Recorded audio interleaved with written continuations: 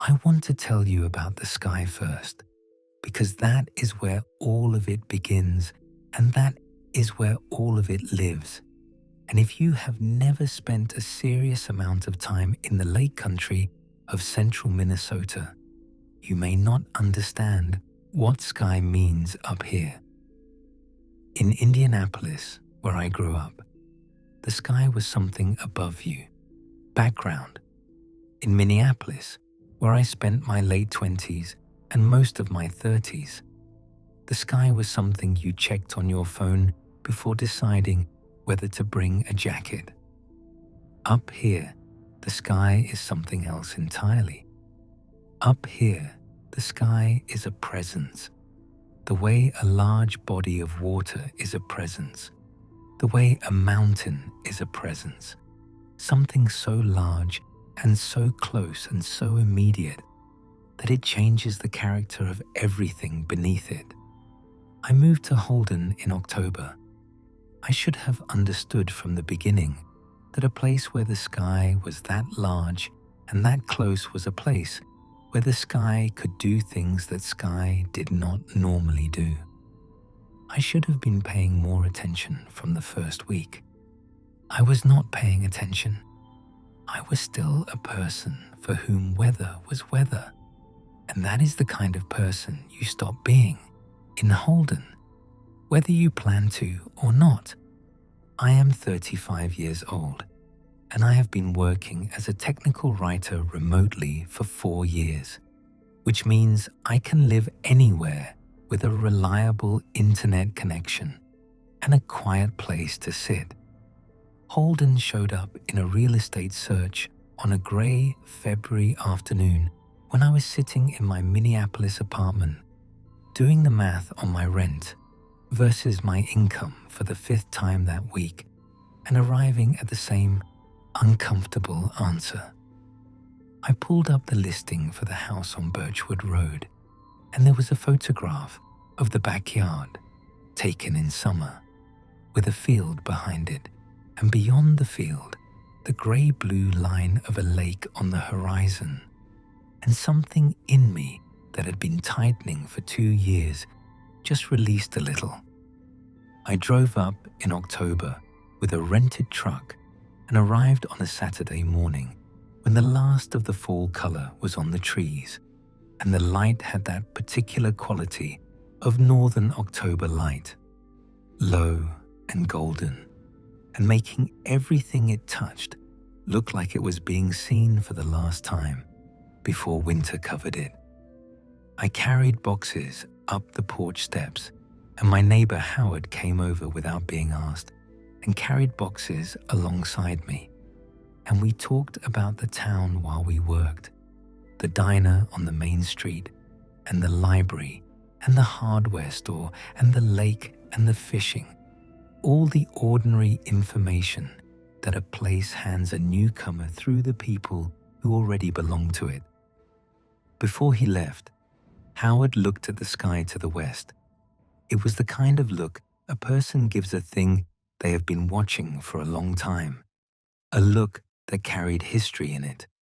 He told me that if anything about the weather seemed confusing, I should come knock on his door. I thanked him and thought he meant the lake effect snow. I thought he meant the specific patterns of cold that came down off Canada into the lake country in a way that was different from the flat Indiana winters I had grown up in, or the more moderated city winters of Minneapolis. I thought he was offering the weather knowledge that old-timers in northern places like to share with newcomers, the kind of practical local expertise that made a person feel that they understood where they had landed. He did not mean any of those things, and I know that now. And I am glad he said it the way he said it, rather than saying it all at once, because I do not think I was ready for it all at once. I think I needed the 2 weeks of seeing things first. The first thing happened on a Thursday evening in late October.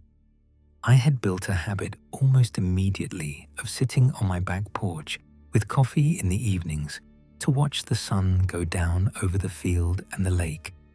And I want to say clearly that this habit was one of the best decisions I made in the first weeks in Holden, because the sunset over Vander Lake in the fall is one of the genuinely beautiful things I have seen in my life. The kind of thing that makes you understand why people choose to live in places with difficult winters. The sky went orange, and then pink, and then the deep blue of early dark. And the stars started coming out over the field, the way they come out in places where there is no city light to drown them, all at once and with authority. I was about to go inside. The snow began rising from the surface of the field, not heavily, not dramatically, a thin and quiet column of fine dry snow, the kind that sits on the surface of a field in the first real cold and lifts with the wind. Except there was no wind. The air was completely still, the kind of stillness that deep cold produces, and the snow was moving upward slowly, in a column maybe a foot wide, rising from the field and dispersing at a height of 30 or 40 feet, the way smoke disperses, quietly and completely. I watched it for about a minute. Then a gust came from the north, a single real gust, and the column broke apart, and the snow went horizontal and then settled, and everything was the way it should have been all along.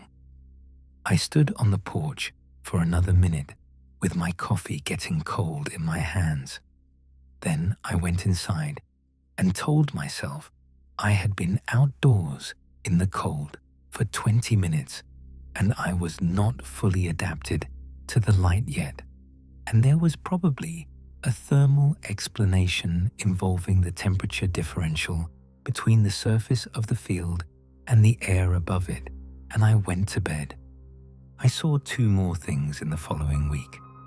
On a Monday morning, I walked out to get the paper and stepped into a cold spot at the end of my driveway that hit me like a wall. A 10 or 15 degree drop in the temperature in the space of a single step, present and sharp and entirely localized, like standing in the shadow of something that was casting no shadow. I stepped back. I stepped forward. Cold. Back. Normal. I stood there for a moment, stepping in and out of it, and then went back inside and drank my coffee and did not step into it again that morning. The next day, it was gone. And on Halloween evening, the sky turned green, not the yellow-green of tornado weather, which I knew from Indiana and which was in an entirely different register of alarm.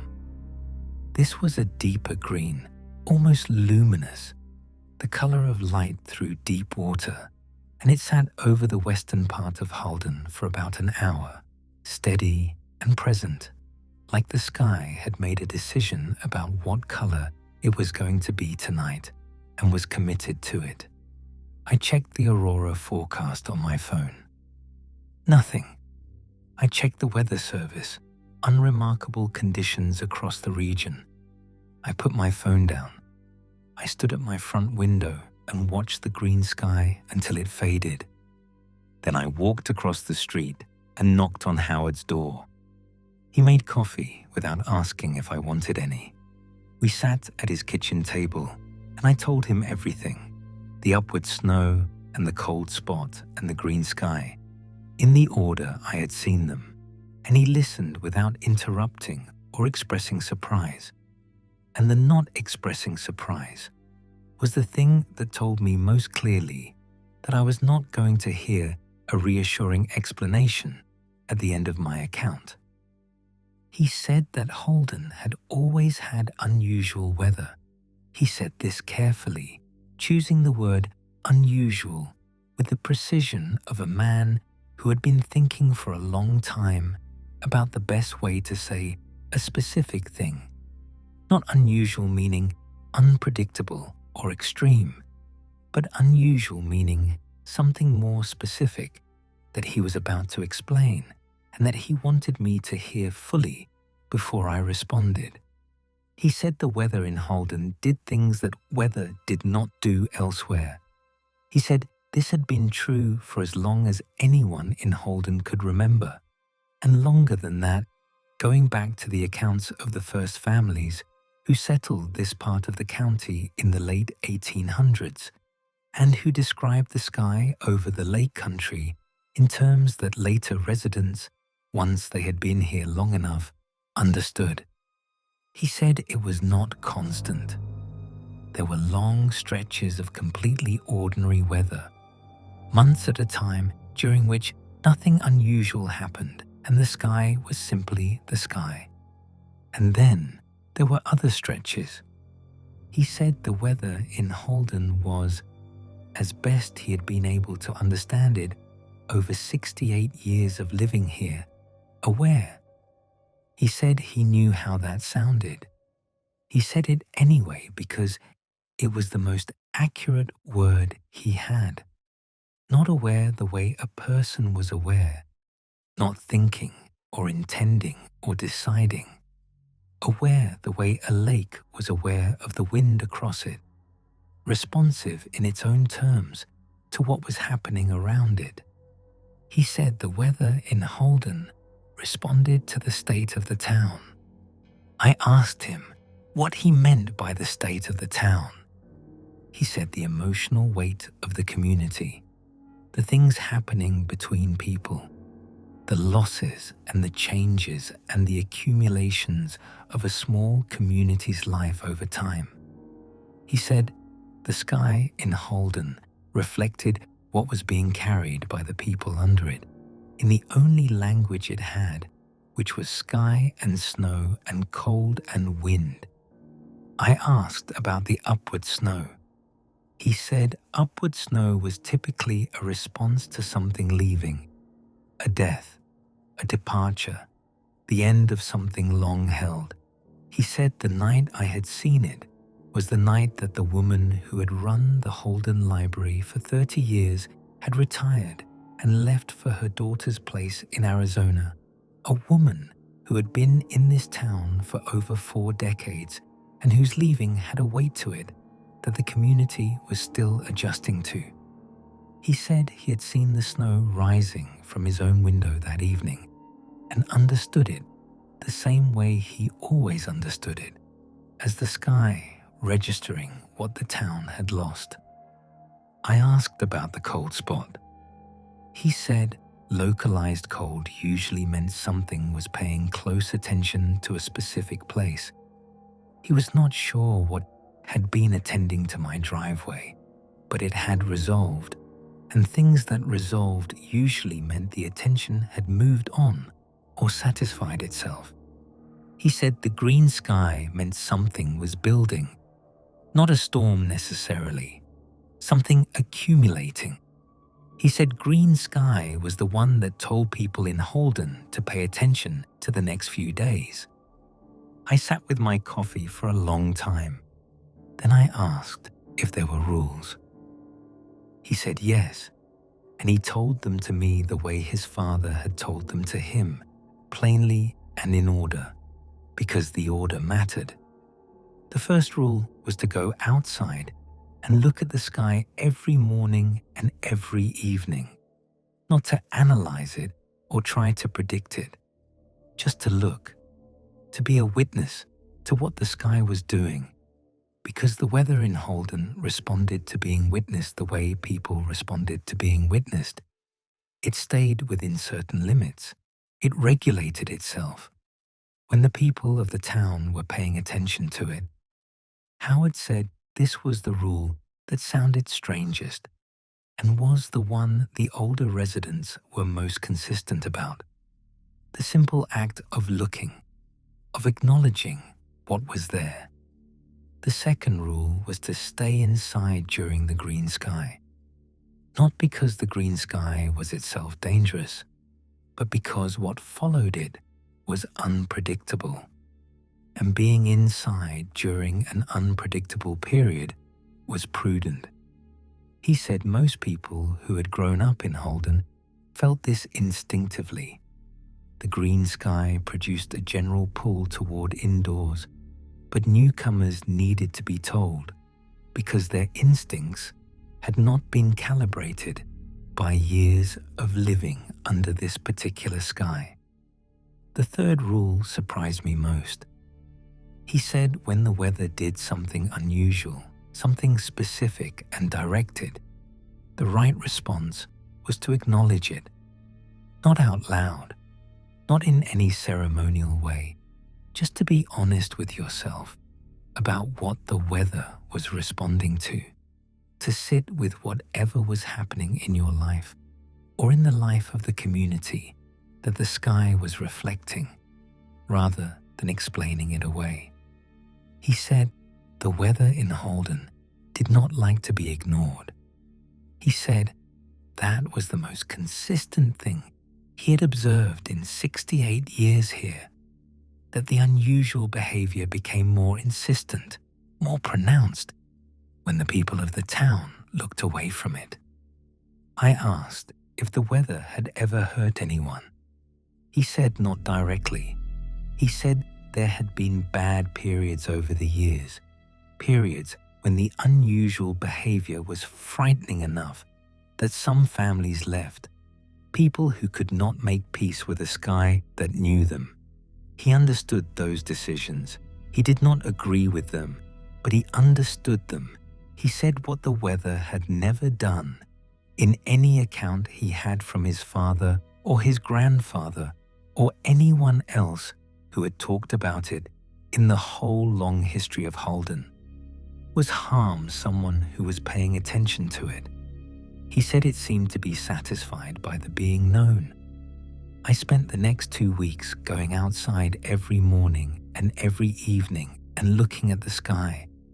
And I want to tell you what that practice did to me, because it did something I had not expected and would not have been able to predict from inside the person I was when I arrived in Holden. It made me present. That is the only way I know how to say it. Going outside twice a day with a specific intention of looking at the sky without an agenda, without a phone in my hand, without trying to get anything from the experience except the experience itself, did something to the texture of my days that I had not felt since I was a child. A quality of being actually in the moment I was in, rather than slightly ahead of it or slightly behind it. Most of what I saw in those 2 weeks was ordinary. The first hard frost arriving on a Tuesday night and leaving the field white and glittering at dawn. A long Saturday snowfall that covered everything in the patient and comprehensive way of the first real snow of a Minnesota winter. The sunset over Vander Lake on a clear evening that stopped me on the porch and held me there for 20 minutes in the specific helplessness of someone watching something too beautiful to do anything about. And one evening, a Wednesday, I watched the snow over the field begin to move in a way that was not the wind. It gathered and drifted and settled in a slow, wide circle, maybe 50 yards across, as though something was walking a measured circuit across the surface of the field. I stood on the porch and watched it go around twice and then settle flat and still. I went inside. I sat at my kitchen table. I followed Howard's third rule, which was to be honest with myself about what the weather was responding to, and I sat with that honesty for a while. What I was carrying was loneliness. The move to Holden had been right in most ways and isolating in the specific way of a person who has chosen a small an unfamiliar place, and has not yet had time to fill it with the relationships that make a place feel inhabited. The evenings were long and quiet in a way I had not fully prepared for. A quality of quiet that was sometimes peace and sometimes something that pressed on me in a way that had no comfortable name. I sat with the idea that the weather had noticed that the circle in the snow had been the sky, seeing what I was carrying and doing the only thing it knew how to do with that seeing, which was make it visible. I did not know what to do with that idea. I sat with it anyway, and something in the sitting with it made the evening feel less empty than it had before, as though being seen, even by something as impersonal and enormous as the weather, was better than not being seen at all. 2 days later, the green sky came back. This time it stayed for 2 hours, deeper and steadier than the Halloween occurrence, and I went inside immediately and called Howard from the kitchen, and he said yes, he could see it and to stay in. The following 2 days were the most unusual weather I had experienced in 5 Minnesota winters. Saturday's snow was wrong in every way I could feel, but not fully describe. The flakes were too large and too slow, and they fell in a silence that was deeper than the muffled quiet of ordinary heavy snow. A silence that had a quality of intention to it, as though the snow had decided to fall without making any sound, rather than simply happening to fall quietly.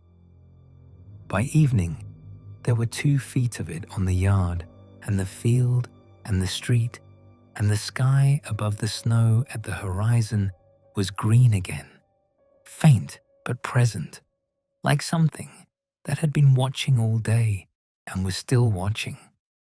Sunday morning, the snow stopped, and the temperature dropped 30 degrees in 2 hours.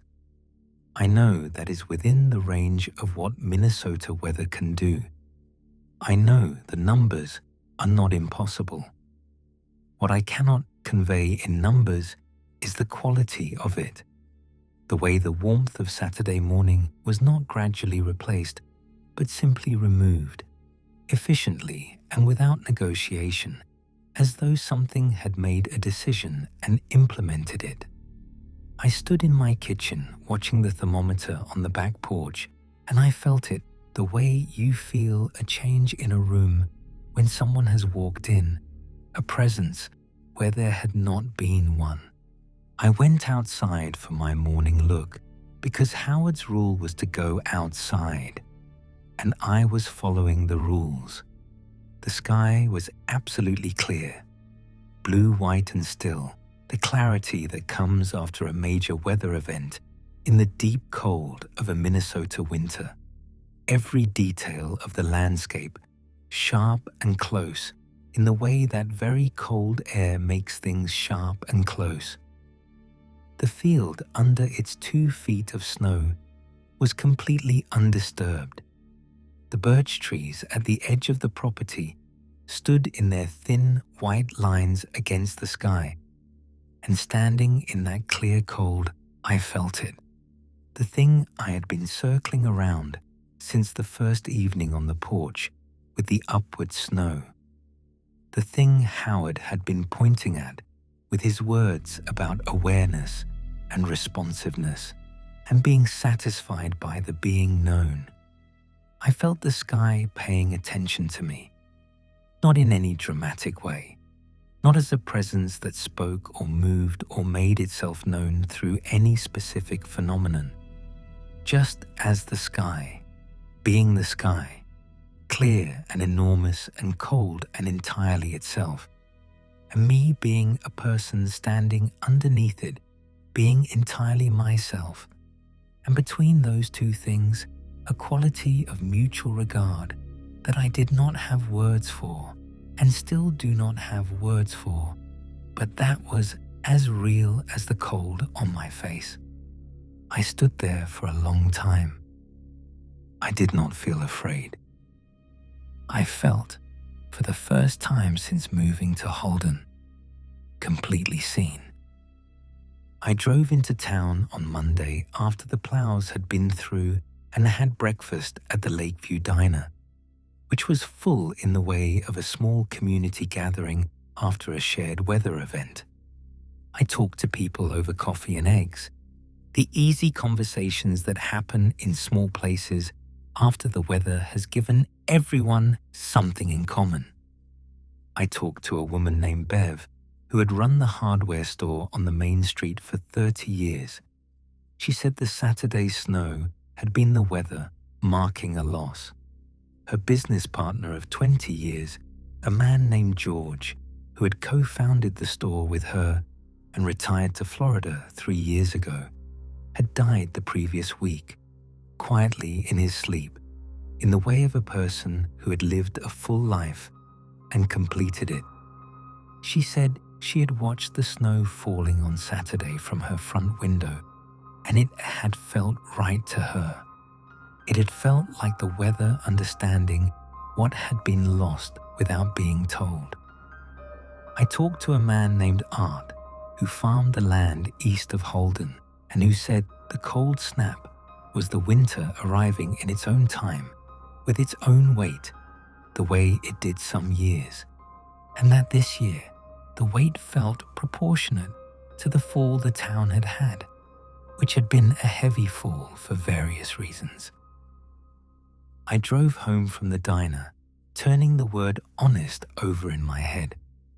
I had been thinking about weather as accurate or inaccurate, as predicted or surprising, as mild or severe. I had been thinking about it as something that happened to you.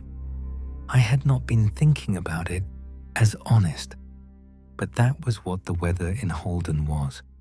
Honest. It told the truth about what was happening in the life of this community, in the sky's own terms, without editing or softening or looking away from what was true. The upward snow on the evening the librarian left after 40 years. The circle in the field on the evening when a newcomer was lonely in his new house. The 2 days of unusual weather, following a green sky that had been building towards something the town needed to acknowledge. I thought about the first settlers here, coming from places where weather was weather and nothing more, arriving in this landscape and finding that it paid attention to them. I thought about how long it would have taken them to understand what they were dealing with and to work out the rules, the looking and the staying in during the green sky and the sitting honestly with what the sky reflected. I thought about those rules being passed from parent to child and neighbor to newcomer for over 100 years, the same way Howard passed them to me on a Tuesday evening in October over coffee at his kitchen table. I thought about what it meant to live in a place that knew you were there. I do not think about leaving Holden. I want to be clear about that.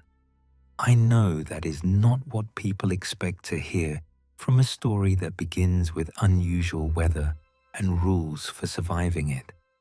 I know the shape of these stories, and I know where they are supposed to go. And this one is not going there, because that is not where my life went.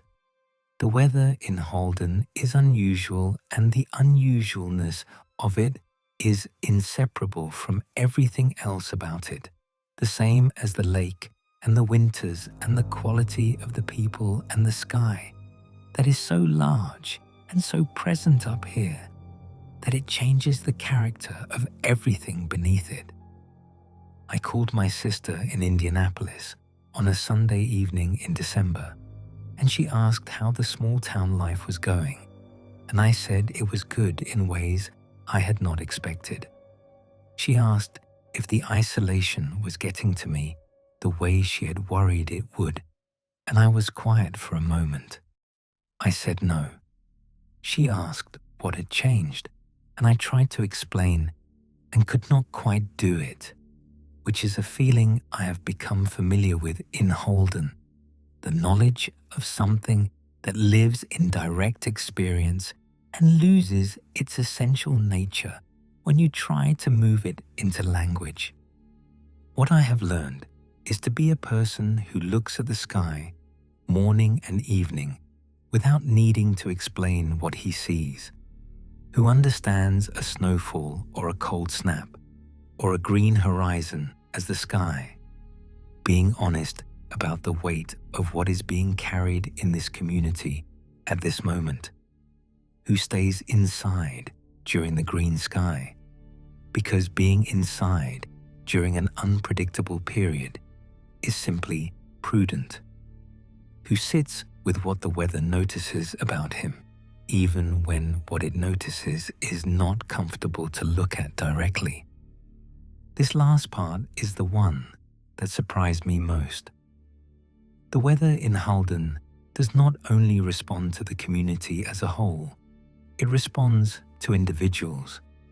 The circle in the snow in my first weeks was about my loneliness, and I am certain of this now.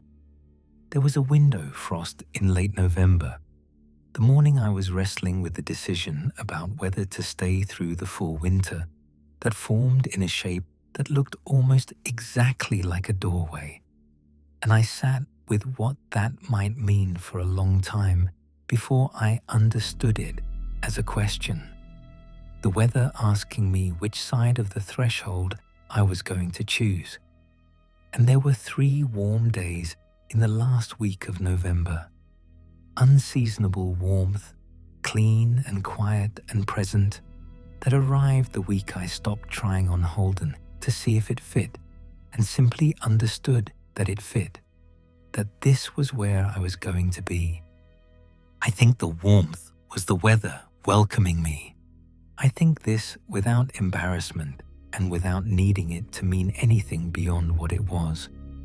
The weather in Holden is honest, and it tells the truth about what is happening in the lives of the people under it. And what was happening in my life in the last week of November was that I had arrived somewhere, that the long, low-level restlessness that had been running underneath my life in Indianapolis and Minneapolis and every address in between had finally, in a rental house on Birchwood Road, in a town of 1,600 people in the lake country of central Minnesota, gone quiet. The weather noticed. It said so in the only language it had. I was grateful in a way I could not have anticipated. I am writing this in January at my desk by the window that faces the backyard and the field and the grey winter line of Vander Lake on the horizon.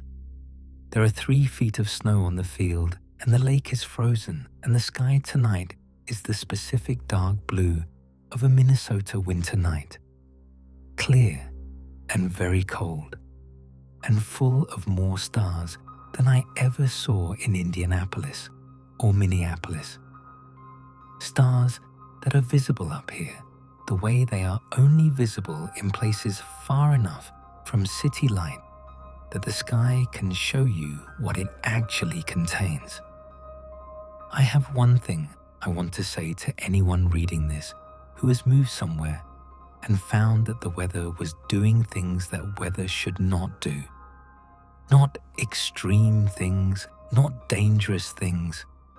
Nothing that would register on any instrument or produce any official report. Just wrong, in the specific way of something that is responding to things it should have no awareness of. Something that knows the difference between a loss and an ordinary day, and between a newcomer who is lonely and the same newcomer 6 weeks later when he is not lonely in the same way. Find whoever has been there long enough to understand it. Knock on the door, drink the coffee, listen to all of it before you react. The rules are simple, and the simplicity of them is not accidental.